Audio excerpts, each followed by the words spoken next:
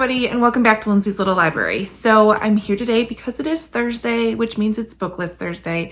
This is something I do with Sarah over at Sarah's Nightstand. We come to you every Thursday with some sort of thoughts, ideas, recommendations, something bookish related. So today's video is to help you get your Christmas shopping done, pretty much. We're going to go through some gift ideas for the bookish readers in your life. If you're looking for a new book to get them, depending on their taste, we have that. So let's just get started, right? So for any readers out there who love a book that makes them feel all the feels, they love falling in love with characters, they like to get immersed in their lives, and they're not afraid to have a good cry. The 100 Years of Lenny and Margot by Marianne Cronin is the book for them. So this one follows our main characters, Lenny and Margot, and both of them are living in a hospital, but they're both on the terminal ward of the hospital. So they both have come to the realization that they're at the end of their lives. What is unique about these two is that Margot is 83 and Lenny is 17. So together they've lived 100 years. So they go on this quest together to basically leave behind, I believe they're drawings, or are they paintings? But basically artwork that depicts their lives on this earth. So their friendship is super, super sweet and really unique. And then you get glimpses back in the past of what they've been through and what has happened to them as they are working on this project. So really, really sweet book. I loved it. Definitely a great gift.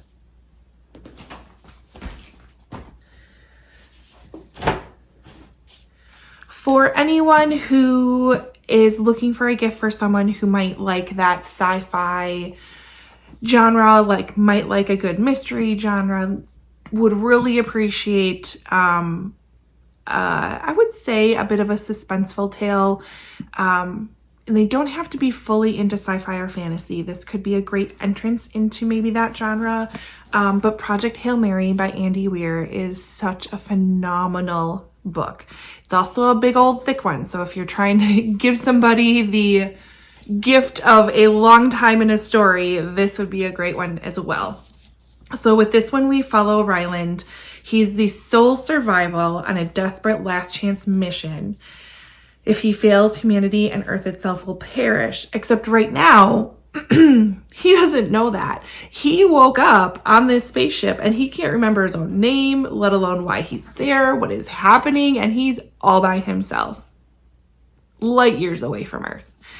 So it goes through him not only gaining back some memory and figuring out what he's there for, but then full blown into his mission, which is basically to save the Earth from peril. There are some science-y things in here, but I encourage you to still give the gift if you're a little bit nervous. I feel like I'm not a big science-y person, yet I was able to follow this. This is spectacular.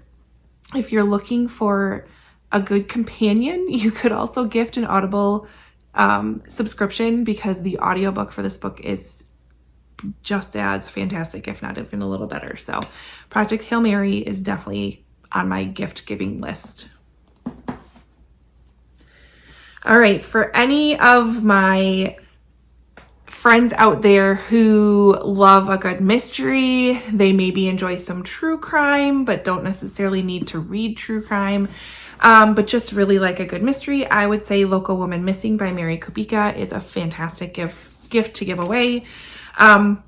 We have Shelby is the first to go missing. Not long after, Meredith and her 6-year-old daughter, Delilah, vanishes just blocks away from where Shelby was last seen, striking fear into this community. Are these connected, or are they not? Do we have multiple issues at stake here? But after an elusive search that yields more questions than answers, this case eventually goes cold.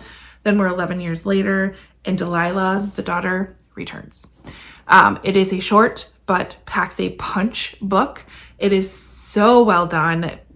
Definitely Mary Kubika's favorite book that I've read of hers. But I feel like it's a little underrated, so maybe not on a lot of people's radar. So that would be a great gift. If you want to pair that with something fun for our mystery lovers, or if you're just a little bit nervous about someone who loves to read mystery thrillers, but maybe seems to have read them all, Myrtle is a really great companion for someone who is definitely bookish, but likes that puzzle. They are mysteries that you solve using logic, skill, and the power of deduction. So there is a bit of a story to them. And there's multiple ones in here. There's like, 100 of them. So you get the story, you get your suspects, you get your evidence, and then you go through figuring out how it's done. So it's a nice little activity, but definitely geared toward people who enjoy a good mystery. So I've done a few of them. I have plenty to go, but they're fun. They're fun. All right, for my historical fiction fans, I would suggest Take My Hand by Dolan Perkins Valdez. This is probably going to be one of my favorite books of the year. No, not probably. This is definitely going to be one of my favorite books of the year. So this one, it takes place in the 70s, Montgomery, Alabama. We have our main character, Sybil, and she is fresh out of nursing school. She is ready to kind of go and jump into this world of nursing, and she finds herself working at a family planning clinic in Montgomery, hoping to help women shape their destinies. But her first week on the job takes her to a very off-the-grid location where there are 2 girls there. And this family definitely lives in poverty. And she is shocked to learn that she's basically there to provide them with contraceptives, even though they're 11 and 13, never even kissed a boy.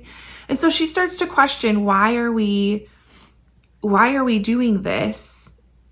What's the point?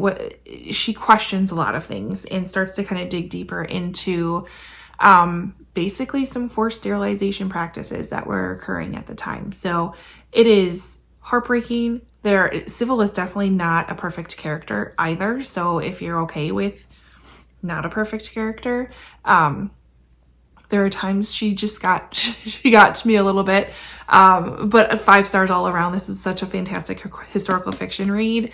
Highly recommend it. If you are looking to give a little gift of reading that goes with the season, that might have a little Christmassy tie to it, Elin Hilderbrand's, I mess it up all the time.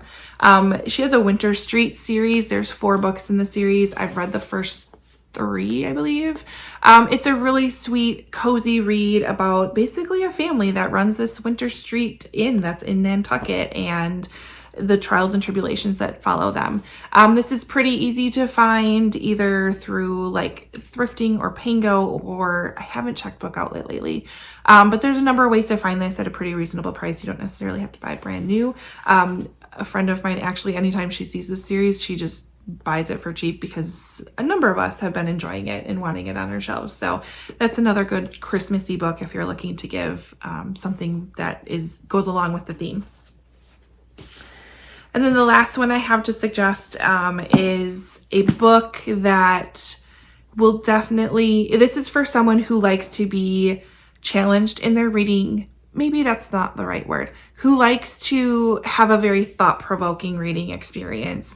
And Jodi Picoult is always a good one to deliver that. So Mad Honey is definitely one that will have you thinking and questioning and being like, what? At some point. So this is by Jodi Picoult and Jennifer Finley Bullen. This one centers around actually a beekeeper. She, you get a lot of bees in here. I'm just going to tell you that. But Olivia Olivia, we'll go with that, knows what it feels like to start over. Her picture-perfect life living in Boston, married to a brilliant surgeon, raising her beautiful son Asher, was upended when her husband revealed a very darker side. So she ended up moving back to her sleepy New Hampshire town, living in the house she grew up in and taking over her father's beekeeping business. So this one really follows her son Asher, herself, Olivia, and then Lily.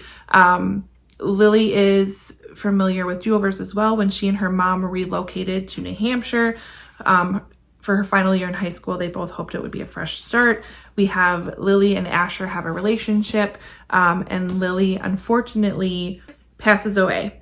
And then Asher is being questioned as far as his part that he may or may not have played in her passing. So we have multiple perspectives. We go back and forth between Olivia, we have Asher, and we have a little bit of Lily in here as well.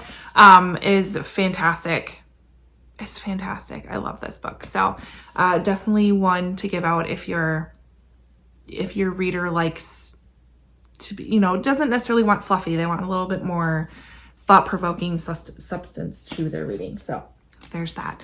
And then of course I would not be doing myself justice if I didn't take this opportunity to be like, book sleeves are also a fantastic gift to give away. Keeps those books nice and protected. I have thrown my Myrtle book in and then a pencil, and it's all safe and ready to go. I do my Etsy shop below if you are new here and don't know that I make book sleeves, but that's also a really great gift to give to a bookish friend. So hopefully this has helped you with your holiday shopping. I know that I'll take all the help I can get, but these are all great books that you could gift to any readers in your life, and hopefully they would enjoy them as much as I did. Head over to Sarah's channel and see what books she has to help you with your holiday bookish shopping. I'm hoping she has a little more fantasy recommendations than I did. She's the expert in that one, so we're going to leave it to her. Otherwise, comment below if you have some good book ideas that would make really great gifts. We can always use our comment space as a place to promote those as well. I love finding gems within my comments. So do that. Otherwise, like and subscribe, and I will see you next time. Bye.